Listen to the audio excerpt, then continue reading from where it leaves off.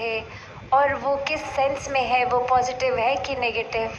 अगर तो अपनी कमियों के ऊपर सोच रहे हैं, उस लिहाज में एक सेल्फ सेंटर्ड होके सोच रहे हैं कि हम में क्या बुराई है वो समझें और दूर करें, तो वो सेल्फ सेंटर्ड उस तरह होना मुबारक है। और अगर ये बात कि हम किसी का हक लेना चाहें या ईर्ष्या कर रहे हैं, एक अपने लिए सब कुछ हासिल कर रहे हैं, तो वो संतमति के अनुसार नहीं है। तो कैसे भाव वही कि अपने तक सीमित रखना है।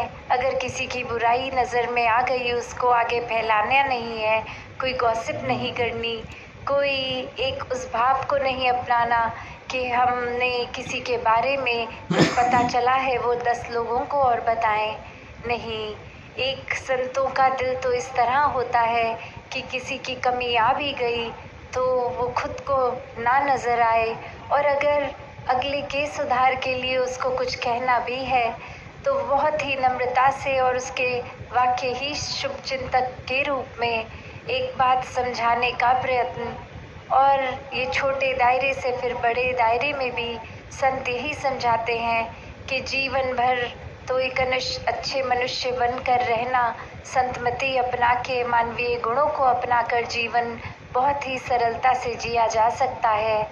पर वो गुणों का रिमाइंडर नहीं, एक गुणों को अपना कर जीना है। और वो गुणों को अपनाना स्वाभाविक हो जाता है जब इस परमात्मा को मन में बसा ले हमेशा के लिए। तो इस परमात्मा के साथ जब जुड़ गए, इसी का रूप हो गए, हर एक में इसी को देखा, तो फिर हर एक के लिए अच्छे भाव ही आएंगे। एक मन हर एक के लिए परोपकारी हृदय, विशाल हृदय बनेगा।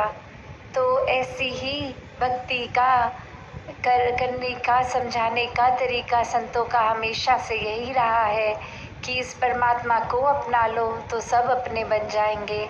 ऐसे भक्ति करना, वो प्रेमा भक्ति, प्यार में चूर होके इस परमात्मा के लिए एक अनुमान वाली भक्ति नहीं कि परमात्मा कहाँ है, पहले परमात्मा को देखकर हर समय अंग संग इस ब्रह्म ज्ञान द्वारा, और फिर ये प्यार होना स्वाभाविक है। फिर इंसानों में मनुष्य गुण आने, मानवीय गुण आने स्वाभाविक हो जाते हैं। फिर संतमति अपने आप ही एक धारण हो जाती है, क्योंकि फिर हर एक का भला इस संसार के लिए, पूरा संसार अपना परिवार मानते हुए, अपना ही एक रिफ्लेक्शन मानते हुए, हर एक के लिए फिर मन के भाव बहुत ही ऊंचे और शुद्ध हो जाते हैं। ऐसी ही भक्ति हर किसी के हिस्से आए। सत्संगत जी, धन निरंकार जी।